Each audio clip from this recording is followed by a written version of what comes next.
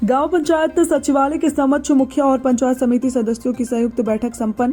पंचायत अखिलेश यादव ने कहा कि कोडरमा संसदीय क्षेत्र से इंडिया महागठबंधन से बतौर उम्मीदवार की बात करते हैं तो राजकुमार यादव जी से बेहतर विकल्प महागठबंधन के पास नहीं है। राजकुमार यादव जी जनता के जन मुद्दों को लेकर हमेशा खरा उतरे हैं। वन विभाग के द्वारा गरीबों से जमीन छीनने का मामला हो, चाहे वो गिट्टी का सवाल हो, डिबरा का सवाल हो या क्षेत्र के अंदर लूट डकैती, छिनैती, हत्या या आपराधिक जैसे मामले हों, 365 दिन 24 घंटा भाकपा माले राजकुमार यादव हमेशा कोडरमा के आम आवाज किसान मजदूर के लिए खड़ा रहते हैं और संघर्ष करते हैं। भाकपा माले की एक ऐसी पार्टी है जो राजकुमार यादव के नेतृत्व में 2024, 2009 और 2014 में भाजपा को चुनौती देने का काम करा है। इस बार यदि इंडिया महागठबंधन को ये सीट जीतना है तो कोडरमा लोकसभा क्षेत्र से राजकुमार यादव को उम्मीदवार बनाना होगा। इसलिए इन तमाम सवालों पर राजकुमार हमेशा गिरिडीह और कोडरमा जिले में मजबूत होकर संघर्ष करते हैं,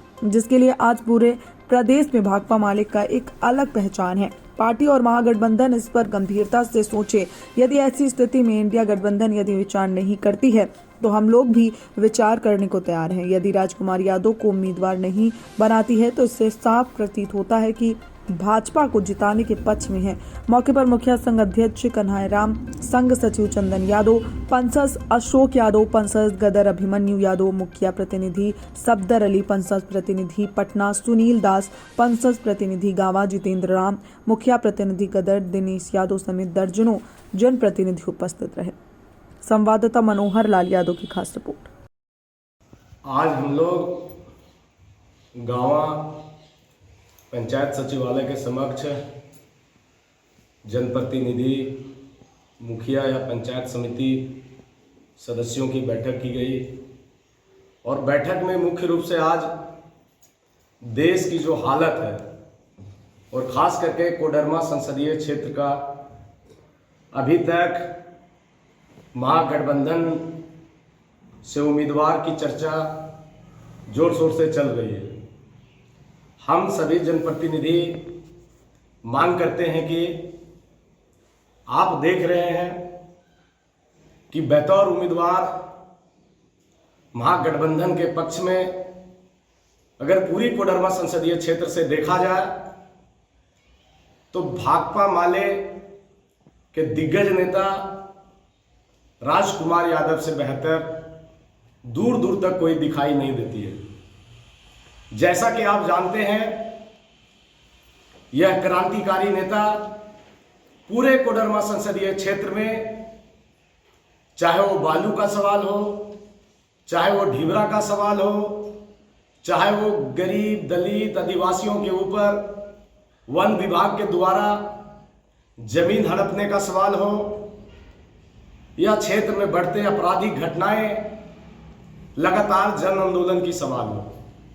इन तमाम सवालों को लेकर राजकुमार यादव जी पूरे कोडरमा संसदीय क्षेत्र में,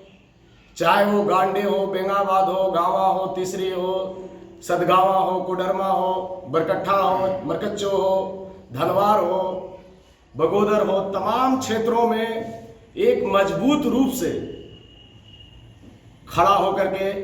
आम आवाम, किसान, मजदूर, छात्र, नौजवानों की आवाज को हमेशा बुलंद करते आए हैं। इसके साथ ही आप देखे होंगे कि 2004 में, 2009 में, 2014 में